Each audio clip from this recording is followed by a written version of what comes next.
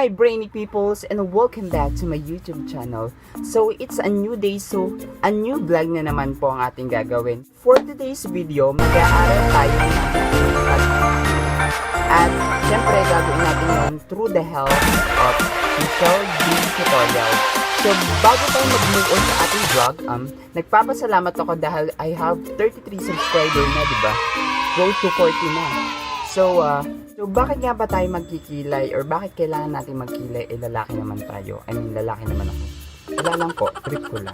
So, ang gagawin nga nating guidelines sa pagkikilay natin ay yung eyebrow tutorial ni Michelle D dati. So, let's start na.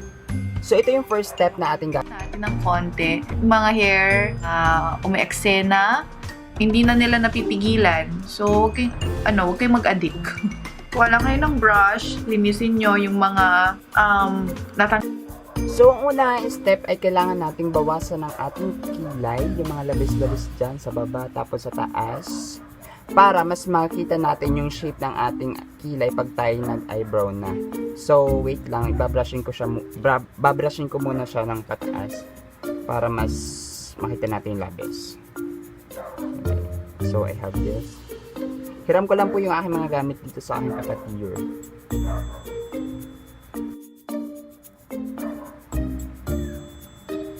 So, let's start na natin yung... So, simulan na natin ang pagpupunan. Yung mga labis-labis yan.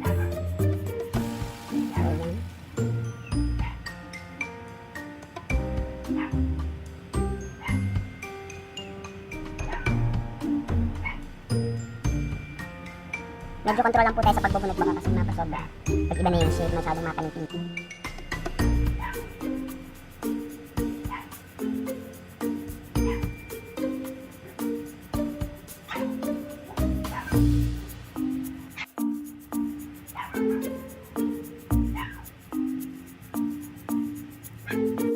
So babrushing po natin para matanggal yung mga labis-labis. So, tapos na ako dito sa kabila, then gawin ko na lang tong kabila off-cam. So, wait minute. So, tapos na din ako dito sa kabila. So, yan, minabrush ko na lang para matanggal na yung excess na mga natanggal natin buhok. Baka may tira-tira pa kasi. Then, magpuproceed na tayo sa second. Number 1, dito kayo magsimula. Okay, never kayong magsimula dito. So, sa baba.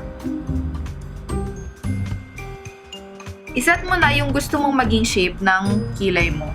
So ako, gusto kong inuuna talaga dito sa baba. Tapos, okay, pag inuna mo na dyan sa baba, isunod mo sa taas. Yan, diba? Kung black yung kulay ng buhok mo, okay na naman brown.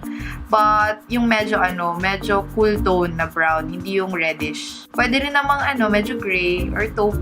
Yun yung mga colors na pwede sa'yo if your hair is black. Tapos dadahan-dahanin mo lang hanggang sa... So nakita niyo naman yung kay Michelle D sa baba siya magsisimula. So gagawin din natin yun sa baba magsisimula bago sa taas. Then wag daw natin uunahin dito sa medyo inner kasi baka mas kumapal. So ito na lang munang dulo para makuha natin yung shape. Medyo kinakabahan ako kasi hindi ko siya masyadong ginagawa dati. So, meron ako dito brown na eyebrow. So, let's start na yung dulo.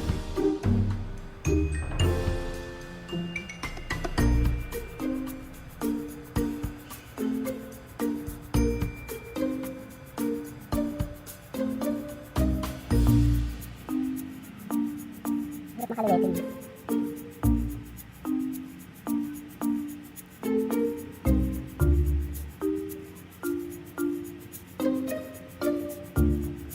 So, pag may shape na tayong ganyan, pwede na natin.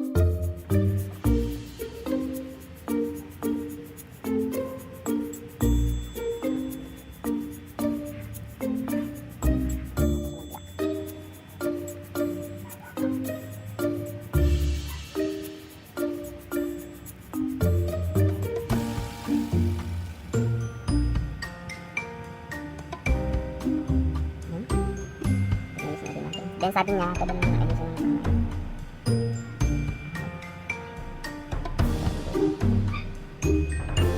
So, ginamit pala ni Michelle D powder, so ang atin ay lapis. Kasi wala pa akong powder na hiram na lang ako eh. Pero meron naman, gawin natin yung powder din.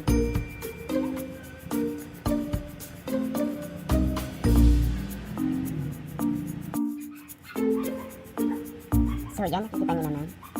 Medyo ice na. Ice na lang natin yung dulo. Tapos sabi niya pala, dito, pwede na lagyan itong dulo kaso ito na lang baba, then spread na lang natin pataas. So yun na lang gawin natin. Yan. Very good.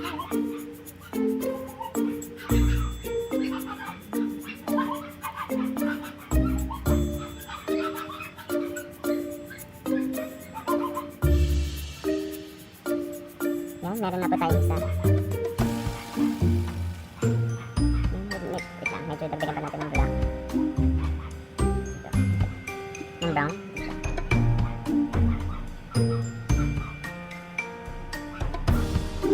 Yung spray na lang natin agad.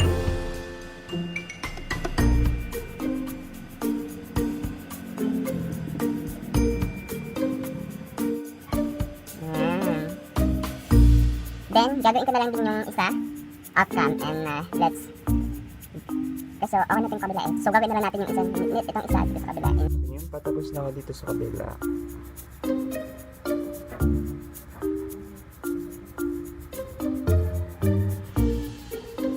Medyo kumalat siya. Kalat siya, oh my god. So, pang-totally medyo.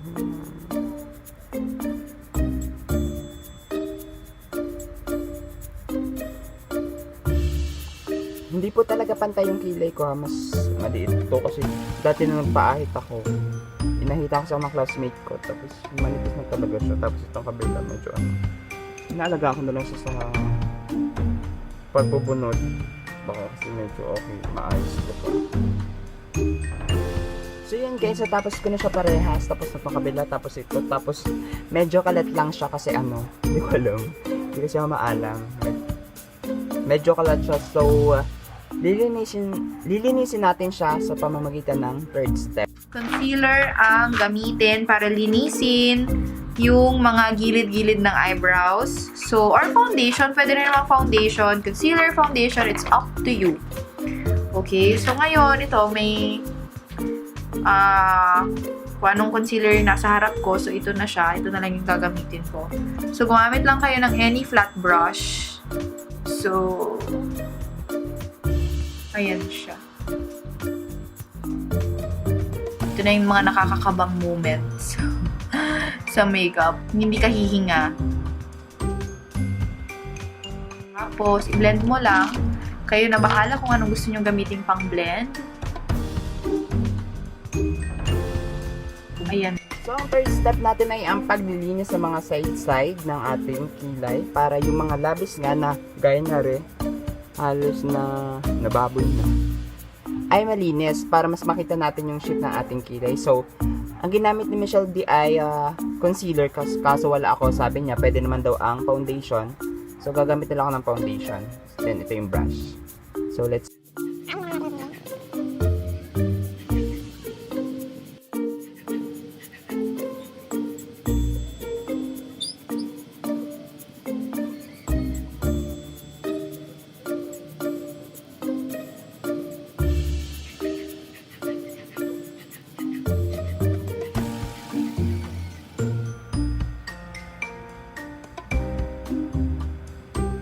thumbnail.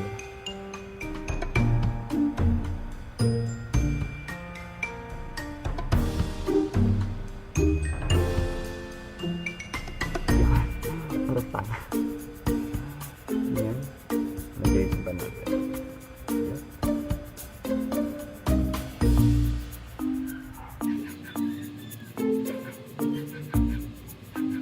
Yan ako yung baba. Ito yung taas naman.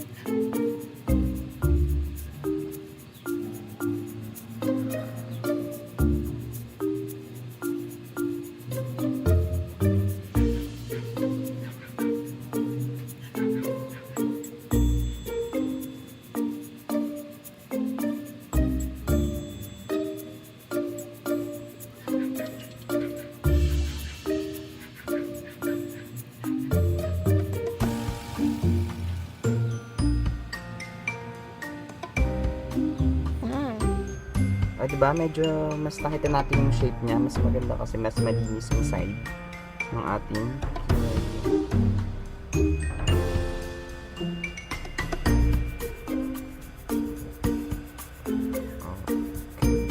Okay na to. Then, pag nalagyan na natin ng foundation, i-blend na lang natin siya ng brush.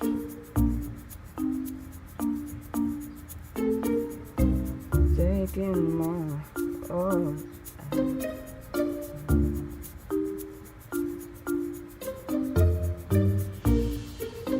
So, yan to. So, tapos na ako maglinis dito sa kabilang kilay. So, gagawin ko na lang tong kabila ng outcome ulit. And, wait for a while lang.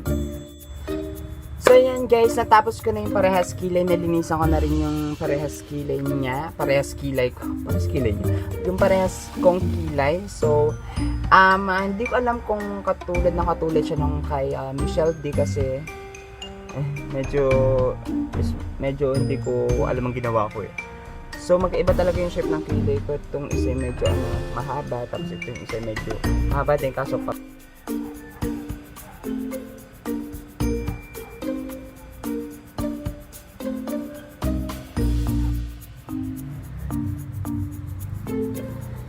So, that's all for the day guys, and sana nagustuhan niyo yung pagkikilay ko, and at maraming salamat din po kay Ate Michelle D dahil may natutunan ako mga bagay lalo na sa pagkikilay. So guys, ito na yung ating finished product, and kitang-kita nyo naman halos gayang-gaya ko kay Michelle D. Then naglagay na din ako ng konting lipstick dito para medyo magkabuhay naman yung aking mata. So that's all for today guys. Kung na-enjoy nyo ang video ito, don't forget to click the like and subscribe button, and don't forget then na i-click ang notification bell para lagi kayong updated sa latest video na i-upload ko. That's all guys, and bye bye. Bye bye brain people.